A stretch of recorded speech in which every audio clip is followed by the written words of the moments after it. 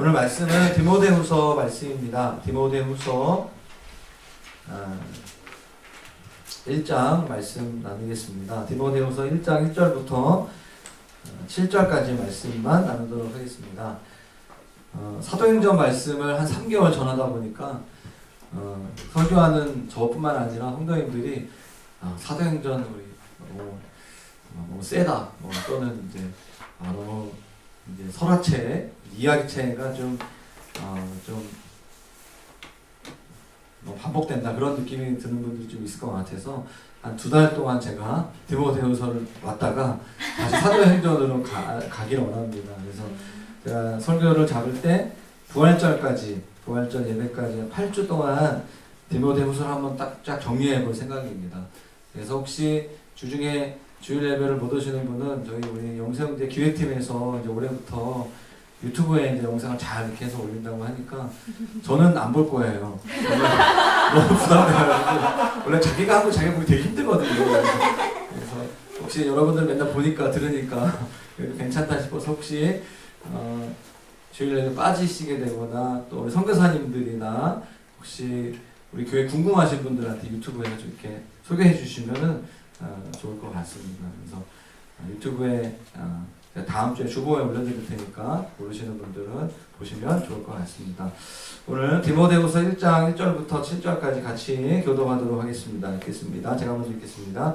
하나님의 뜻으로 말미암아 그리스도 예수 안에 있는 생명의 약속대로 그리스도 예수의 사도된 바울은 사랑하는 아들 디모데에게 편지하노니 하나님 아버지와 그리스도 예수 우리 주께로부터 은혜와 긍휼과 평강이 내게 있을지어다. 내가 밤낮 간구하는 가운데 쉬지 않고 너를 생각하여 청결한 양심으로 조상적부터 섬겨오는 하나님께 감사하고 내 유물을 생각하여 너 보기를 원하는 내 기쁨이 가득하게 하려 함이니 이는 내 속에 거짓이 없는 믿음이 있음을 생각하니라. 이 믿음은 내가 먼저 내 외조모 로이스와 내 어머니 유니게 속에 있더니 내 속에도 있는 줄을 확신하노라. 그러므로 내가 나의 안수함으로 내 속에 있는 하나님의 은사를 다시 부릴 뜻하게 하기 위하여 너로 생각하게 하노니 다 같이 읽겠습니다. 하나님이 우리에게 주신 것은 두려워하는 마음이 아니요 오직 능력과 사랑과 절제하는 마음이니. 아멘. 오늘 말씀은 은사에 불을 붙여라. 그래서 새해 제가 다짐하고 있는 건 설교 시간을 계속 줄여야 되니까. 그래서 저도 힘들고 성도님들도 힘들다 그런 마음이 들어서 본문을 그래서 줄일 수 있는 방법 중에 하나는 한 주에 한 장을 설교하는 것이 아니라 2주에 걸쳐서 설교하면 되겠다. 평생 설교하고 평생 설교 들을 건데 한 번에 너무 끝내려고 하지 말자. 성령께서 주시는 마음인지 모르겠지만 할렐루야 그런 마음이 들어가지고 제가 좀 노력해서 이제 설교를 임팩트 있게 짧게 이제 간단하게 하기 위해서 많이 격려해 주시고 이렇게 했으면 좋겠습니다. 은사에 불을 붙여라라는 제목으로 말씀을 증거하기 원하는데요. 디모데후서의 좀 배경을 알 필요가 있는 것 같습니다. 사도행전의 저자는 누가죠? 사도행전의 굉장히 중요한 인물은 바울이죠. 오늘 디모데후서의 저자는 바울입니다. 바울이 살아있는 동안 수많은 성경에 본인이 성경을 쓰려고 했던 건 아닌데 또 여러 가지 교회에 쓰는 편지, 목회 서신, 또 여러 가지 편지를 쓰다가 이제 마지막에 살아생전에 썼던 그런 목회자인 디모데, 영적 아들인 디모데에게 썼던 마지막 그 편지가 성경에 기록된 그 편지가 디모데 후서입니다. 그렇기 때문에 약간 구구절절해요. 그리고 다른 교회들에게 썼던 편지들은 좀 더 전체적인, 공동체적인 어떤 그런 관점에서 썼다면 디모데 전후서, 디도서는 약간 개인적인 한 명의 사역자가 또 다른 사역자에게 하고 싶었던 그런 이야기들을 쓴, 그래서 목회 서신이라고도 하죠. 그래서 디모데후서는 더 그 목회 서신들 중에서 다른 서신서보다 지극히 개인적인, 마치 설교를 들으면 이런 느낌이 들 수 있는, 목사님이 나한테 설교하는 건가? 혹시 지난주 나한테 유감이 있어가지고 나랑 신방하고서 목사님 나한테 그 얘기를 하고 싶어서 쓴 것 같은 느낌적 느낌이 들 수 있는 그런 본, 제가 미리 말씀을 드려요. 여러분에게 유감 없고요. 개인적으로 제가 누구와 생각해서 쓴 건 전혀 없다라는 것을 이 본문의 그 성격이 약간 그렇기 때문에 그렇게 다가올 수 있다는 것을 미리 말씀을 드립니다.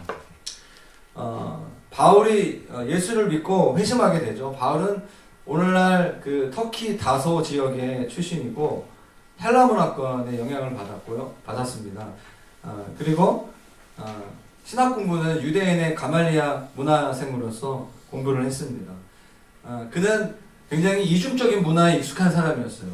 유대적 공부를 했고 유대주의자로 헬레니즘 그리스도의 철학에 영향을 받은 그런 세계관을 가지고 있었던 그런 사람이죠. 언어도 다양한 언어를 할 수 있었던, 오늘날로 말하면 굉장히 멀티가 가능한 그런 사람이었습니다. 그가 다메섹이라는 오늘날의 시리아의 다마스쿠스에서 그 길가에서 직가라고 하는 스트리트, 고 스트리트, 그러니까 제가 거기 가봤었거든요. 시리아 사태가 나기 전에 길이 쫙 나와 있습니다. 그곳에서 호련히 하늘로부터 오는 빛을 받고 급작스럽게 예수 그리스도를 영접하게 되고 주님의 사람이 되게 되는 것을 우리가 사도행전 9장을 보면 이제 알 수 있습니다. 그래서 바울에게는 수많은 제자들이 있었습니다. 유대인들의 출신의 제자들도 있었고, 그 당시에 선교지에서 수많은 교회를 개척한 많은 제자들이 있었습니다. 바울의 제자들이 거의 초대교회를 세웠다라고 할 정도로 12제자와 비슷하게 예수님의 제자들만큼 바울의 제자들이 초대교회에 굉장히 많이 있었습니다. 그 중에 오늘 본문에, 오늘부터 한 몇 주 동안 시작되는 이 디모데후서의 본문에 나오는 이 바울의 편지를 듣는 디모데는 굉장히 특별한 제자였습니다. 특별한 제자인 디모데. 디모데는 바울이 믿음 안에서 성경에 자기의 아들과 같다. 이제 성경에 보면 바울은 결혼을 하지 않았죠. 뭐 전승에 보면 여러 가지 바울이 사실은 결혼을 했다 뭐 이런저런 이야기들이 있는데, 바울이 육적으로 난 아들은 성경에 기록되지 않지만 영적으로 난 아들, 믿음 안에서 난 아들이라고 표현하고 있습니다.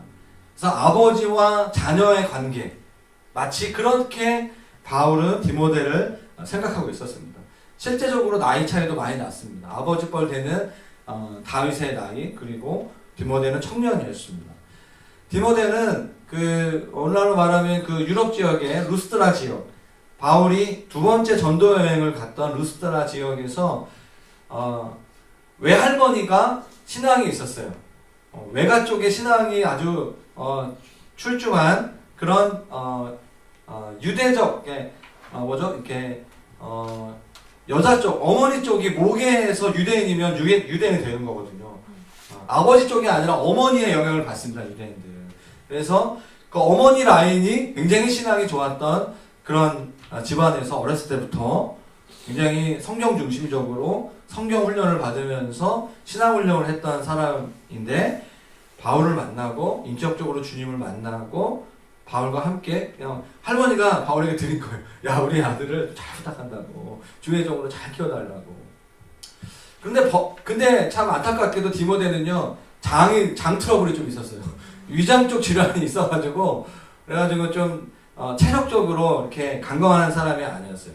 그리고 이렇게 장형인가? 무슨 말이죠? 제가 지금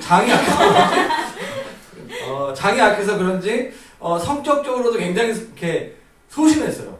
그래가지고 겁이 많았습니다. 사람들 앞에 설교를 해야 되는데, 바울이 그 당시에 초대교회 사도행전에 나와 있던 강력한, 바울이 정말 심혈을 기울여서 목회했던 교회가 에베소 교회인데, 가장 많은 목회 경험을 했던 곳이 에베소 교회인데, 그것을 맡긴 거예요. 그러니까 오늘날로 말하면 굉장히 큰 교회를, 그러니까 교회 개척가가 많은 교회를 개척했는데 그 중에서 가장 영향력 있고 큰 교회 담임 목사 자리에 디모데를 이렇게 한 건데, 디모데가 성격이 제일 소심한 제자 중에 한 명인 거예요. 게다가 에베소는요, 이단 교주들이 많았어요. 그러니까 오늘날 한국의 이단에 시작되는 것이 대전이거든요. 대전에선 계룡산의 전기를 받고 거기에 막 다양한 이단들이 막 출연하는데, 마치 그곳에서 목회하는 것 같은 그런 이단 교사들이 와가지고 막 이렇게 막 썰전하고 막 대화하고 막 그러면서 그러니까 디모데가 얼마나 스트레스가 많았겠어요. 그리고 성도 중에서 그곳으로 빠지는 성도들도 있고, 그러니까 목회 스트레스가 굉장히 많았던 거예요.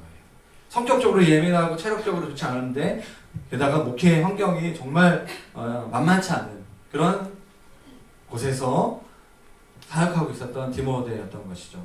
성도들은 또 로마 제국의 그 영향을 받아 그 제국의 그 박해를 받고 있었던, 정치적으로도 굉장히 어려웠던 그런 지역에서 디모데가 사역하고 있었어요.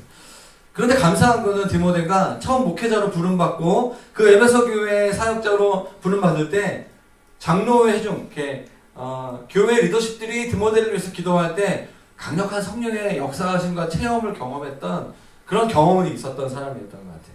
그러니까 그 성령의 은사를 가지고 능력을 가지고 목회를 하고 있었던 그런 사람이었던 거죠. 그에게 바울이 이 편지를 쓴 거예요. 좀 이해되시죠? 하나 더 얘기 말씀을 드리면 이 디모데후서를 쓴 바울은 그 로마의 지하 감옥에서 인생의 마지막을 준비하고 있었던 그런 상황이었던 거죠. 쇠사슬에 매인 채 감옥에 있었고, 또 바울을 따랐던 많은 제자들이 바울을 등지고 이렇게 바울을 돌보지 않은 그런 상황 가운데 있었던 거죠. 그래서 어쩌면 되게 굉장히 어려운 상황, 육체적으로 힘들고 무엇보다도 정서적으로 힘든 그런 상황 가운데 자신의 정말 첫 번째로 생각하는 영적 아들과 같은 디모데에게 자기의 온 힘을 다 바쳐서 쓴 편지가 바로 디모데 후서입니다. 저는 이 부활절, 올해 이제 부활절 4월 21일까지 이 말씀을 좀 전하면서 이 바울의 심령, 바울의 어떤 마음을 썼을까? 첫 번째로. 두 번째는 하나님께서 저와 여러분들을 디모데와 같은 영적인 자녀로 우리를 부르셨는데, 이 바울의 메시지를 통하여서 하나님 우리를 격려하시고 우리가 어떻게 훈련되기를 원하시고 우리가 다시 한번 힘을 얻게 되기를, 좀 그런 주님의 격려와 파이팅하는 그런 마음들을 이 말씀을 통해서 저와 여러분들 모두가 받기를 주님의 이름으로 축원합니다. 네. 여기까지 서론이었습니다. 10분에 이제 여기부터 시간을 계산하셔야 돼요. 이제 다음 주부터 서론 안 할 거니까. 그래서 여러분, 우리 주위에 정말 따뜻한 엄마 한번 생각해 보시겠어요? 정말 이렇게 엄마 생각하면 되게 좋은 분도 있는데 엄마 생각 별로 안 좋은 분도 사실 있거든요. 그래서 어떤 이미지가 있잖아요. 따뜻한 어머니. 저는 이제 그런 게 있어요. 저는 이제 25살 때 주님을 인격적으로 만났지만 교회는 좀 오래 다녔거든요. 그래서 교회에 가면 정말 이렇게 기도하시는 권사님들이 저희 모교회에 있었어요. 그래서 기도하시는 권사님 중에서 정말 야 너를 위해 기도하고 있고 말만 기도한다고 하는 것이 아니라 막 간식 사주고 막 그런 따뜻한 분들 있잖아요. 저는 그 권사님들이 지금도 막 떠오르는 분인데, 지금도 저희 어머니랑 그 한 30년, 40년 동안 한 달에 한 번씩 모이는 기도 모임 같이 이렇게 모이는 그 가정이 있으세요. 다 살아계시고 한 6가정 정도 되는데 정말 어떤 친척들보다 더 이렇게 영적인 가족과 같은 가족됨을 누리는 분들이 있는데, 저는 그분들을 볼 때마다 참 마음에 깊은 이렇게 감동이 있어요. 저렇게 늙어가야 되겠다, 그런 생각들이 들 때가 많이 있어요. 저는 우리 글로벌 비전 교회에 지금 많은 청년분들이 계시고 장년분들 계시지만 많은 성도님들이 그런 공동체를 좀 이렇게 계속해서 이뤄갔으면 좋겠다는 그런 마음이 있습니다. 여러분 그거 아세요? 소그룹을 저희가 이제 예배 끝나고 이제 보통 하는데 소그룹 멤버들이 자기를 위해서 기도해주고 따뜻하게 섬기는 리더를 귀신같이, 이런 표현 좀 성령님같이 성령 충만함으로 알아차려요. 저 리더는 나를 위해서 기도해주고 있구나. 나는 잘 기도하지 않지만 정말 나를 사랑해주고 있구나. 그런 마음으로 나를 위해서 기도해줄 수 있는 사람이구나. 정말 성령같이 알아요. 성령이 계시니까 알겠죠? 우리 교회에 또 어떤 교회에 새가족분들이 오는 이유는 굉장히 단순해요. 그 교회 목회자나 소그룹 리더들이나 누군가가 나를 사랑하고 나를 기도해주고 있구나라는 것을 아는 거죠. 여러분, 피조물인 인간이 창조주인 하나님 앞에서 우리의 유한성을 인정하는 가장 대표적인 행위가 기도입니다. 우리의 유한성을 인정하는 가장 가장 뭐죠? 대표적인 행위가 기도예요. 여러분, 겸손한 사람은 표정과 행동이 겸손한 사람이 아니에요. 하나님 나라에 겸손한 사람은 기도하는 사람이에요. 교만한 사람은 기도하지 않는 사람이에요.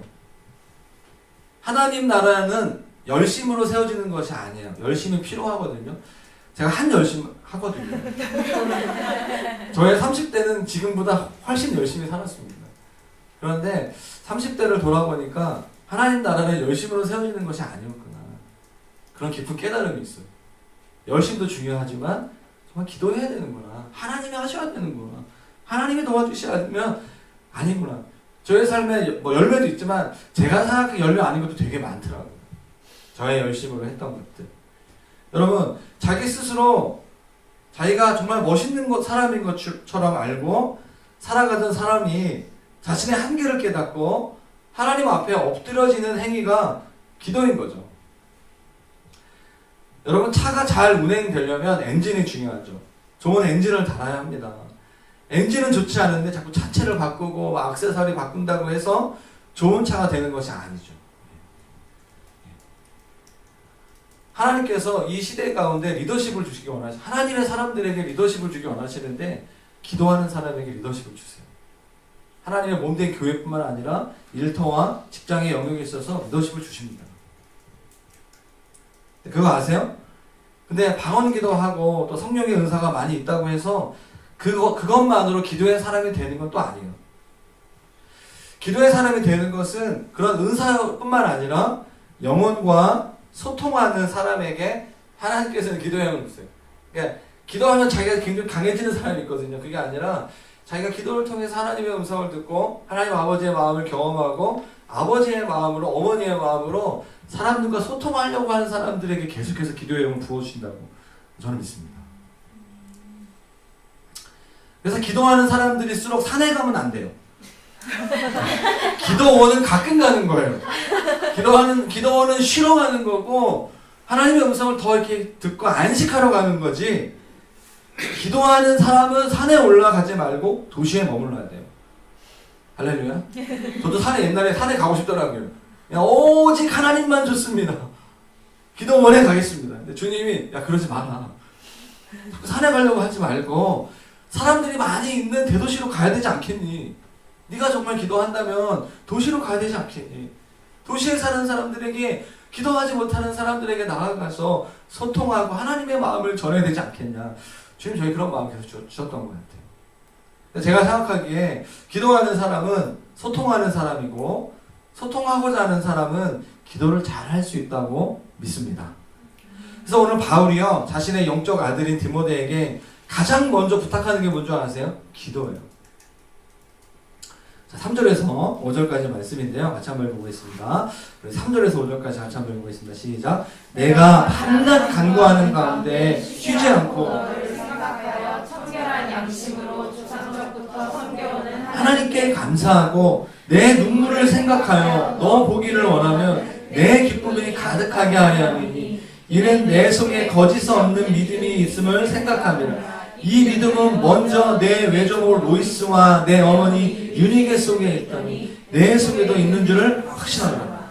먼저 하나님께 감사하자.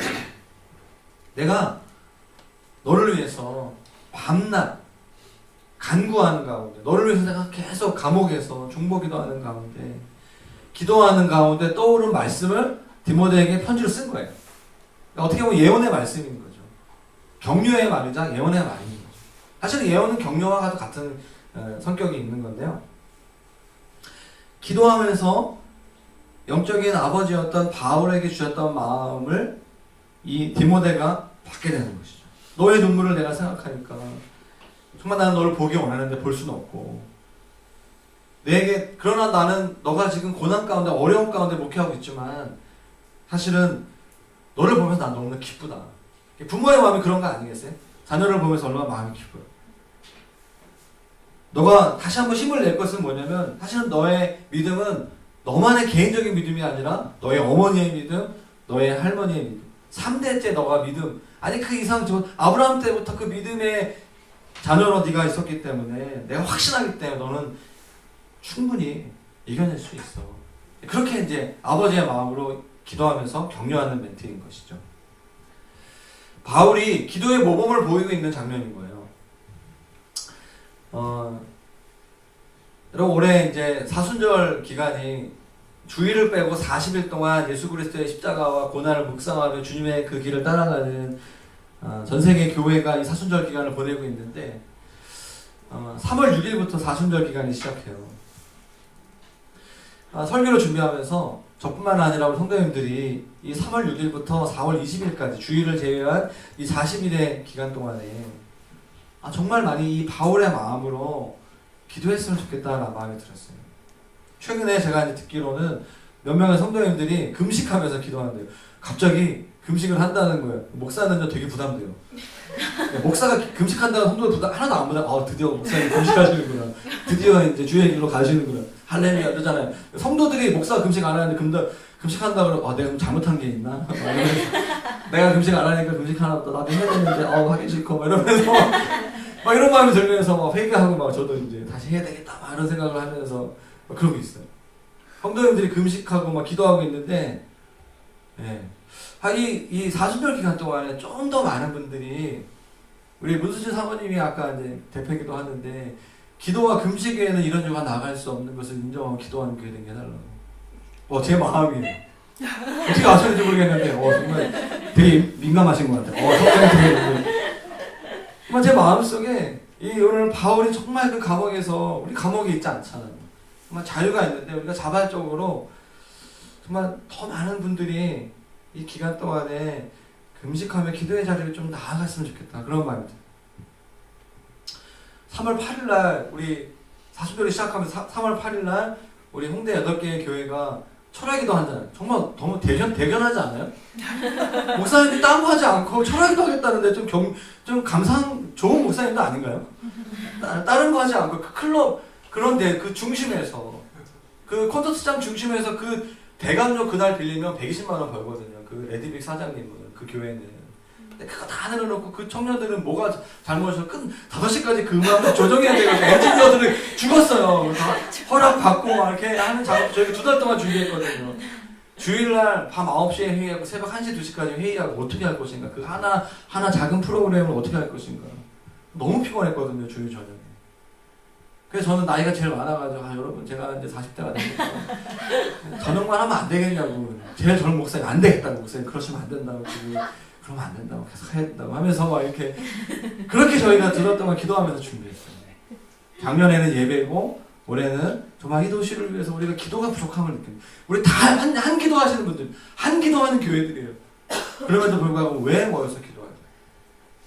하나님이 다음 세대를 살리는 일은 이거 기도와 금식에는 안 되는구나. 그런 마음을 다 주는 거죠.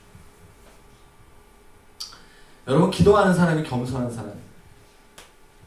하나님은 겸손한 사람 사용하세요. 우리 교회가 기도하죠. 하나님 우리 교회 사용하실 거예요. 아멘? 하나님 우리 목사님 사용하실 거예요. 단 그가 금식하고 기도하는 한. 조건이 있어요. 여러분 야고보서 4장 6절 말씀 한번 볼까요? 같이 읽겠습니다. 시작. 그럼 시작. 그러므로 일렀으되 하나님이 교만한 자를 물리치시고 겸손한 자에게 은혜를 주신다 하였느니라. 아멘입니까? 겸손한 사람은요 은혜가 있어요. 그래서 기도하는 사람은요 기도하는 교회는 항상 은혜가 있어요. 사랑하는 여러분 하나님께서 주시는 기름 부으심을 받으시기를 바랍니다. 하나님께서 주시는 은사를 받아야 돼요. 어떻게 받죠? 어떤 식으로 받아야 되냐면 자, 상상하세요. 오늘 말씀 생각하면서.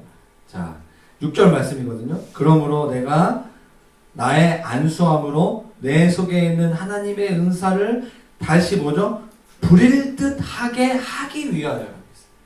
은사를 받을 때는 어떻게 되냐면 불이 일어나야 돼요. 불이 일어나는 거예요. 여러분 이제 생일 파티 할 때 성냥 불을 딱 켜잖아요. 그게 내 마음속에 일어나는 거예요. 라면을 끓이기 위해서 가스레인지를 탁 야식 먹을 때 정말 행복하잖아요. 알렐루야? 야식 먹을 때 탁 불이 팍 올라오잖아요. 와 너무 행복해 생각하면. 설교가 이상한 데로 가요? 네, 괜찮아요. 여러분 제가 이거 상상했어요. 정말 하나님 제가 은사를 구하기 원하는데 저에게 불이 팍 일어나는 것처럼 그 은사가 이 홍대에서 이 청년들과 목회할 때 하나님이 주시는 이 바울이 디모데를 향해 썼던 편지처럼 바울이 저를 위해서 천국에서 기도하고 있는 거잖아요. 김홍민 목사야, 정말 너가 홍대에서 왜 홍대를 부르면 넌 정말 힘들겠다. 그렇지만 그것으로 묵상하지 말고 불 받아라. 성령을 팍 키는 거예요, 제 마음속에. 그게 저에 너무 필요한 거예요. 너무 필요한 거예요. 개척을 3번이나 했고 8년 동안 그게 너무 필요한 거예요, 저에게. 여러분들도 필요하지 않습니까? 30대 형제 여러분. 너무 필요해요. 너무 피곤해. 사랑하는 아내를 모시고 직장에서 거의 말단 직원으로 사는 게 너무 힘들어. 여기다 애까지 나오면 난 정말 죽을 것 같아. 은사가 필요한 거예요. 불이 받아야 돼요. 너무 몸 막 계속 날이 갈수록 성도들이 저한테 10살, 15살 어린데 성도들이 어린데 저는 목사님 제가 체력이 안 돼요. 그게 어른한테 할 소리입니까? 나는 어떻게 했냐 말이죠. 저는 정말 그런 은사가 필요해요. 주님이 주시는 그 역사가 필요한 거죠. 여러분, 불에 닿으면 어떤 일이 일어나죠? 뜨거워지는 거예요. 불에 닿으면 뜨거워지는 거예요. 뜨거워야 돼요. 교회는 정말 뜨거워야 돼요. 이성을 포기하는 것이 아니라, 여러분, 저는 말씀 기도가 왜 좋으냐면 말씀을 읽으면서 뜨거워지거든요. 제 생각 되게 또렷해요. 제가 방언 기도할 때도 제 생각 이상하지 않아요. 제가 무슨 기도를 하는지 다 알고 있어요. 그런데 뜨겁거든요. 복음주의자들이 뜨거워야 된다고 생각해요.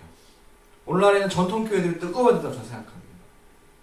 수많은 장로교단과 침례교단과 감리교단 교회들이 은사로 충만해져야 된다고 저는 생각해요.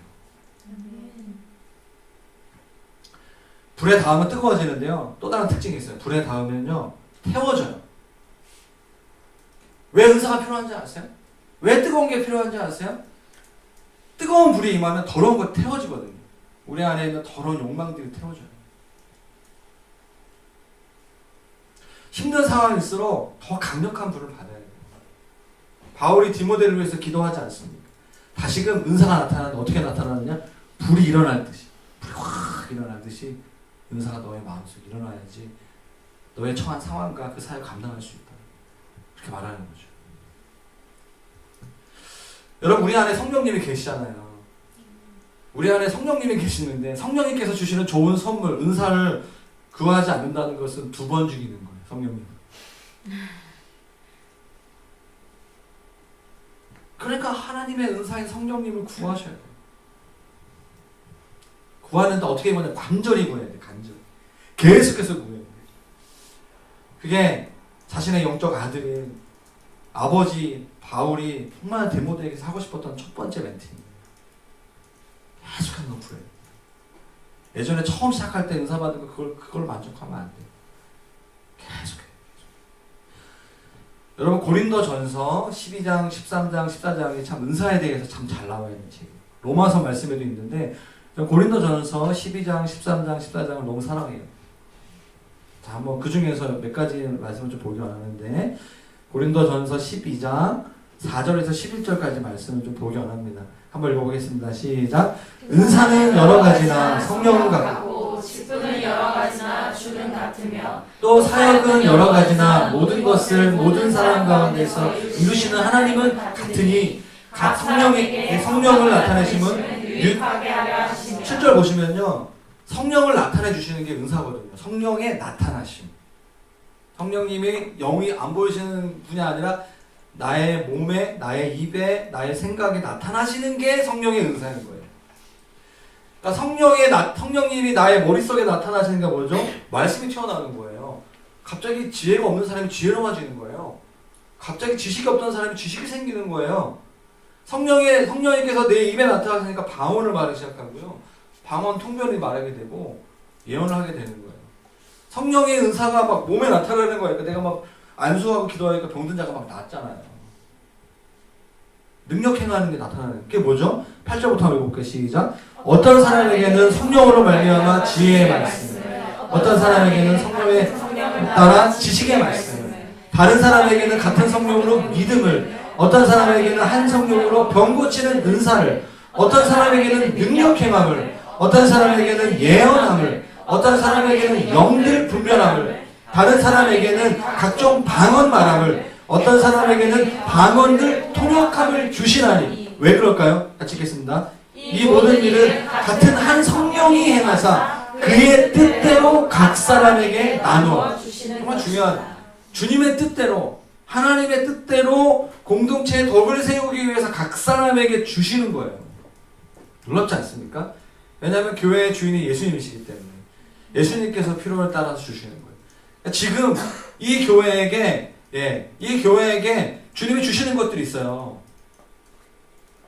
이 교회에게, 이 도시 안에서, 이 지역 안에서 이 교회를 세우셨을 때 하나님께서 주시는 것들이 있어요. 제가 보면 교회마다 다 특징이 있거든요. 교회는 다 같지만 교회는 또 달라요. 그게 교회의 신비거든요. 하나님께서 각 교회마다 주시는 또 비전이 있어요. 홍대에 있다고 해서 다 같은 교회들이 아니거든요. 왜 그러냐면 그것을 주시는 분이 그분의 뜻대로 그것을 이끌어 가시기 때문입니다. 고린도전서 12장 27절에 30절까지 한 번 더 볼까요? 자, 왜 그런가? 27절 같이 읽겠습니다. 시작. 너희는 그리스도의 몸이요 지체 각 부분이라 하나님이 교회 중에 몇을 세우셨으니 첫째는 사도요, 둘째는 선지자요, 셋째는 교사요, 그 다음은 능력을 행하는 자요, 그 다음은 병 고치는 은사와 서로 돕는 것과 다스리는 것과 각종 방언을 말하는 것이라. 다 사도이겠느냐? 다 선지자이겠느냐? 다 교사이겠느냐? 다 능력을 행하는 자이겠느냐? 다 병 고치는 은사를 가진 자이겠느냐? 다 방언을 말하는 사람들로 다 통역하는 자이겠느냐? 너희는 더 큰 은사를 사모하라. 내가 또한 가장 좋은 길을 너희에게 보이리라. 이해되죠? 말씀 되게 이해하기 쉬워요. 각 교회, 하는 교회 중에 몇 명을 세웠는데 사도, 선지자, 교사. 여러분 이거를 우열로 보시면 안 돼요. 우열이 아니라 하나님께서 하나님의 뜻대로 주시는 거예요. 사도가 가장 강력한 은사다. 선지자가 가장 그게 아니라는 거예요. 기능이라는 거예요. 목사도 기능이에요. 중보기도 팀장도 기능이고 찬양팀장도 기능이고 리더도 소그룹 리더도 다 기능인 거예요. 주인은 누구죠? 예수 그리스도. 성령께서 그 일을 할 수 있도록 그 기름 부으신 그 은사를 주신 거예요. 그러니까 어떻게 해야 되죠? 가장 좋은 거예요. 그게 가장 좋은 거예요. 여러분 제가 이번 주 금요일날 제가 철학 때 설교했는데요. 기도의 즐거움이라는 설교였어요. 기도가 즐거운 지경으로 가자. 그래서 이게 어떤 사람한테 정말 엄청난 설교 제목인 거예요. 어떻게 기도가 즐거울 수 있을까? 근데 제가 믿기로는 우리 김영미 사모님은 10수년 동안 제가 살았는데 기도가 제일 즐거운 사람인 것 같아요. 어떤 빨래, 어떤 설거지, 어떤 것보다, 어떤 행정적인 어떤 것보다도 다 그걸 다 잘하거든요. 좋아하는데요. 기도가 가장 좋아요. 제가 보니까 진짜 그래요. 기도의 은사가 있는 거예요. 할렐루야. 우리 교회 성도 중에서도 기도의 은사가 있는 사람이 있죠. 그런 사람들이 중보기도 팀인 거예요. 어떤 사람들은요, 여기 벽지 막 먼지는 못 참아요. 좀 이해가 안 될 때가 있죠. 어떤 사람들은 기도의 은사하는 사람들 다 그런 거 괜찮아요. 뭐 더러도 괜찮아. 주님만 계시면 되니까 오히려 그런 은사한 분위기 주님 더 임하실 것 같은 느낌이 드는 거죠. 근데 어떤 분들은요, 막 청소 뭘 사야 되고 물품을 사야 되고 그걸 막 해야 되고 막 체계적으로 그걸 관리해야 되고 막 시키지 않아도 되고 막 해야 되고 막 그게 은사인 거죠. 은사.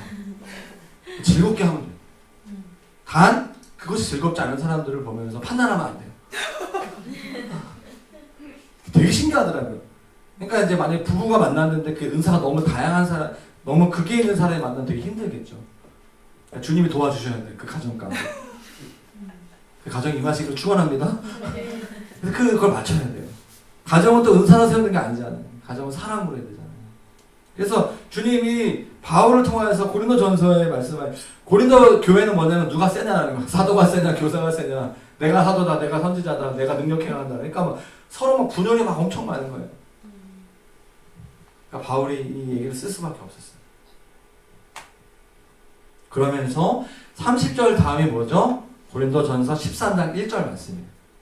내가 너에게 가장 좋은 은사, 가장 큰 은사를 알려주겠다. 그게 뭐냐면 사랑이다. 그러면서 유명한 사랑장, 사랑은 오래 참고 온유하며 그런 말씀이 나오는 거예요. 그러니까 가장 강력한 은사가 사랑이고, 그리고 가장 강력한 성령의 열매가 사랑이에요. 은사와 성령의 나타나심과 성령의 인격적인 열매 모두 포함되어 있는 것이 사실은 사랑인 거예요. 이거 어떻게 해석해야 되죠? 성령님의 나타남은 화력 대결이 아니라 누가 더 세다, 누가 더 우열이 아니라 누가 더 그 은사를 사랑으로 행하느냐, 사랑의 동기로 하느냐, 사랑의 마음으로 하느냐. 그래서 그 은사를 행한 사람이 어떤 사랑의 열매를 맺느냐에 따라서 그 은사가 진짜 하나님께로부터 온 것이냐 아니냐 분별할 수 있다는 거예요. 할렐루야. 이게 고린도전서 12장, 13장, 14장. 그래서 14장에 사랑 막 얘기하다가 바울이 좀 하나 더 얘기해요. 방언과 예언에 대해서. 교회는 말이 중요하거든요. 험담하고 원망하는 말 그만하고 방언 많이 해라. 그리고 방언하는 더 좋은 건 뭐냐면 예언을 해라. 그게 14장 말씀이에요. 은사를 그걸 보시면서 정리하시면 좋을 것 같아요.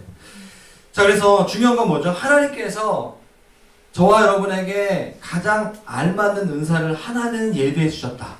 그걸 믿는 거예요. 은사로 사역하는 교회가 가장 건강한 교회예요. 여러분 교회를 정할 때 어떻게 정하시죠?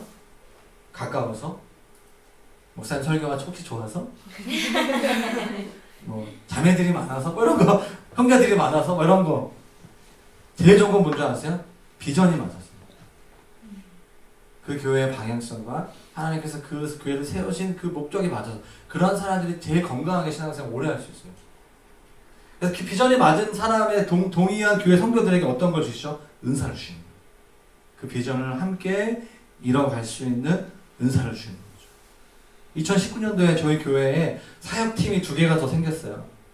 시설관리팀과 중보기도 팀이에요. 물론 중보기도 팀이 있었지만, 그러니까 우리 교회가 이제 성장하면서 시설관리에 내가 은사가 있다라 여기는 사람이 3명이나 나타난 거죠.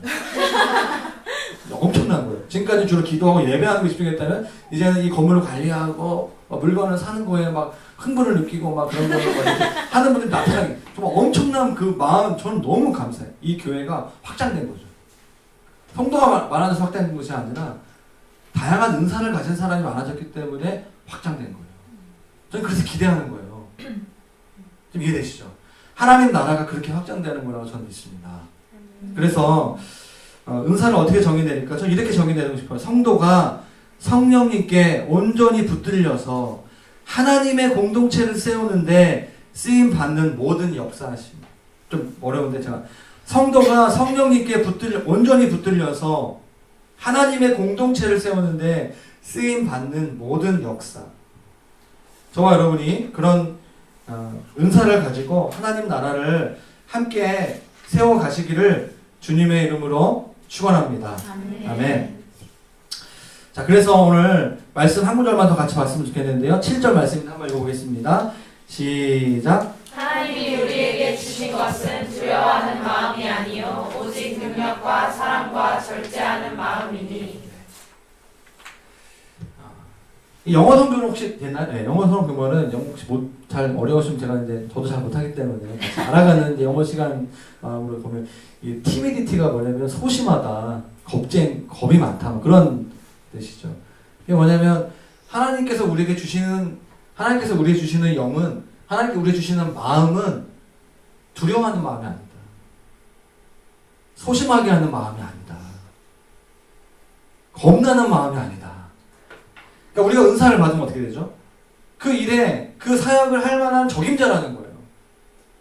디모데가 위장병도 있고 막 소심한 성격이긴 하지만 큰 에베소 교회를 목회할 수 있는 하나님이 부르셨다면 은사를 주신다는 거예요. 그러니까 더 이상 쫄지 말고 나는 못한다라고 말하지 말고 겁내지 말고 해라. 그거예요. 하나님께서 2016년도에 저에게 홍빈아 책을 써라 말씀하셨어요. 제가 어떻게 했을까요? 무슨 책이에요?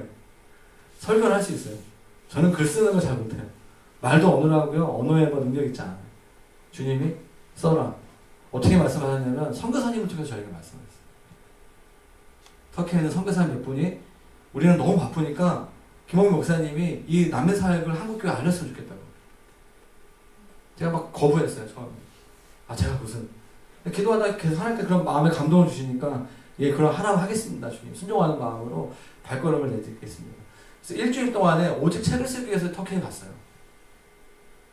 한 형제와 함께 가서 녹취를 따고 간증을 듣고 책을 구상하고 4개월 동안 제가 할 수 있는 범위 안에서 열심히 홍대에서 중동까지 90%를 제가 그때 썼어요.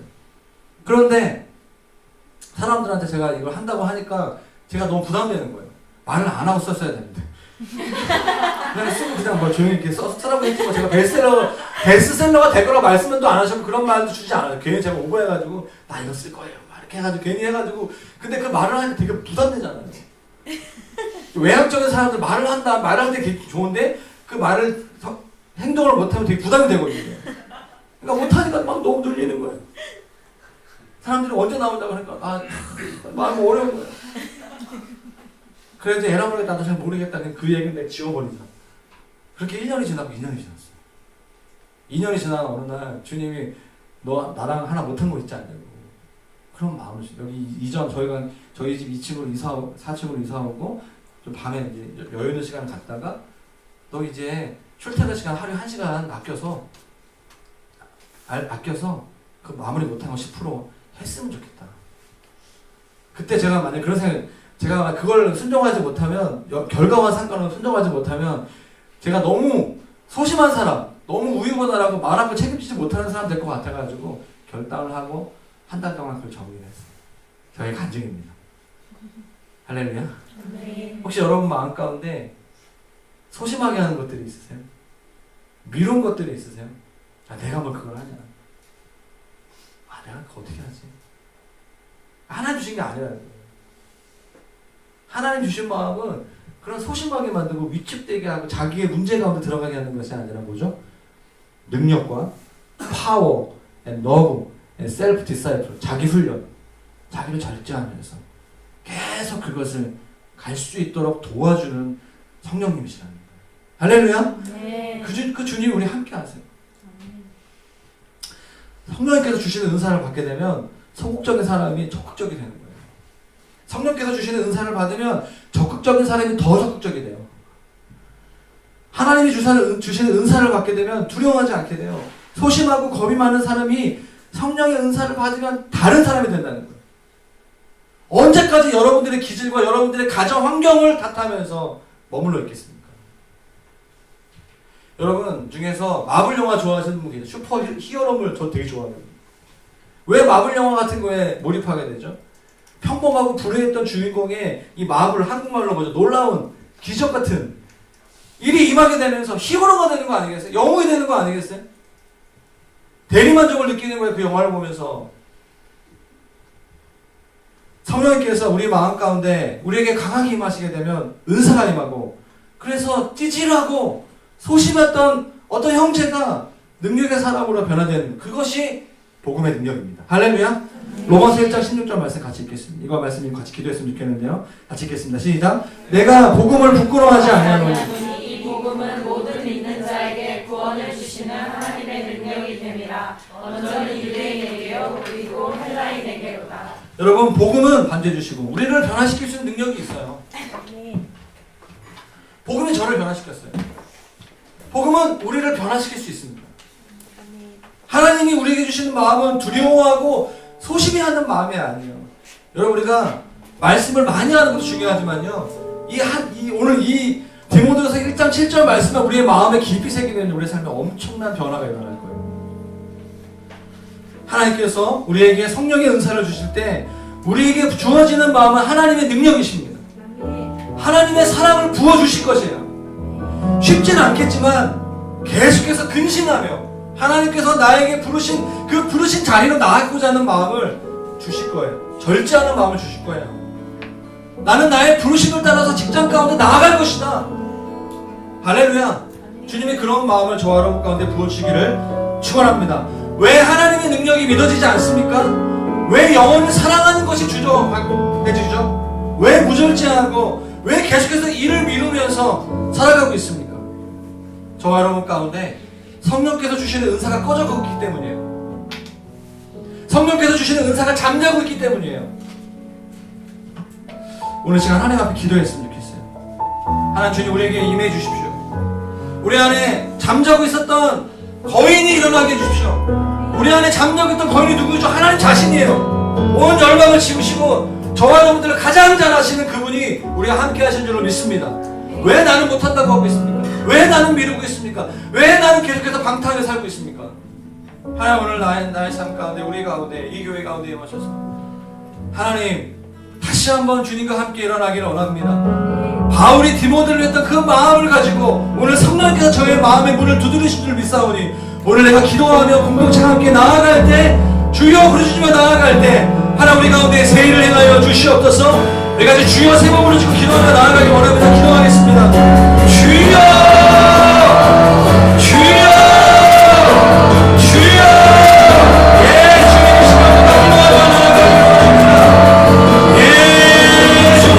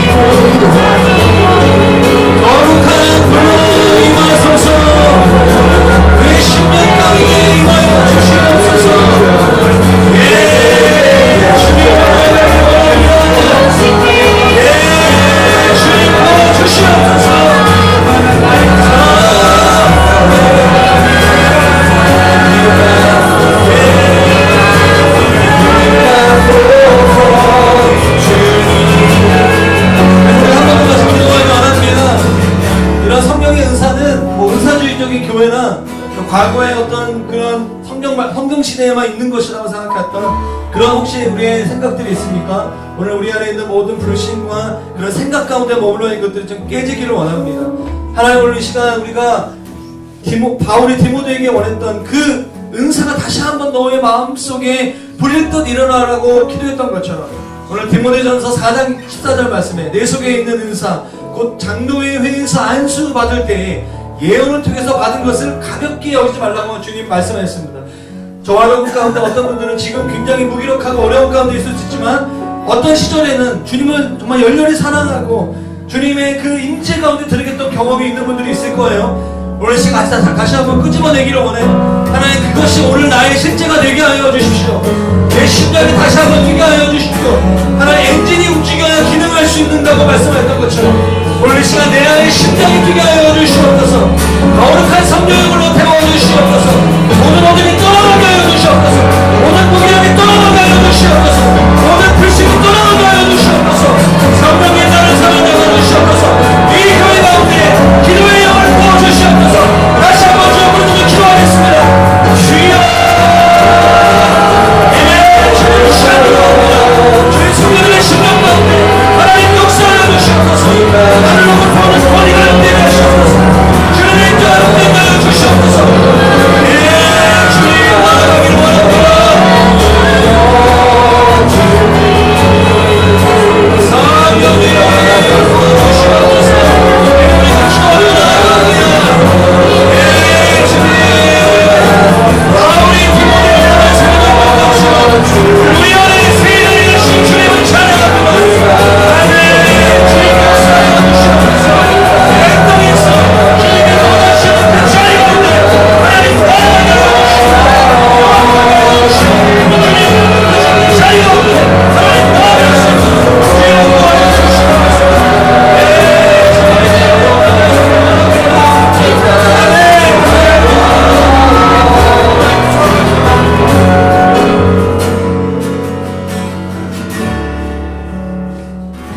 이 시간 어떤 형제 자매들에게는 구체적으로 성령의 은사가 다시 한번 회복되어지고 잃어버렸던 영적 감각이 살아나는 일들이 있게 하여 주시옵소서. 하나님 어떤 지체들에게는 처음으로 성령님의 방문하심과 그 체험을 경험할 수 있도록 하나님 이 시간 가운데 찾아가서 역사하여 주시옵소서.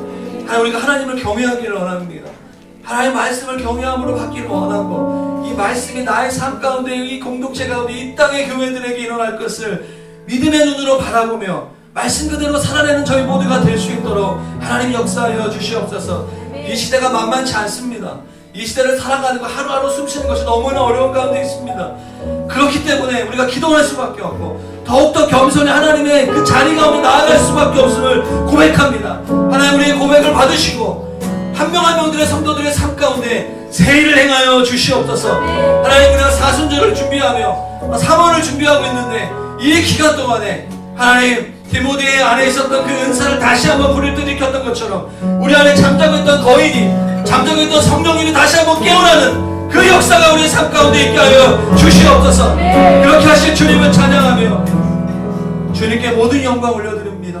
이제는 우리 주 예수 그리스도의 은혜와 하나님 아버지의 사랑하심과 성령님의 역사하심이 우리 안에 계신 성령님께서 우리에게 은사를 나타내시길 원하시고 성령의 은사로 살아가기 원하는 사랑하는 모든 성도들 머리 위에 이제부터 영원까지 함께 하시기를 간절히 축원하옵나이다. 아멘.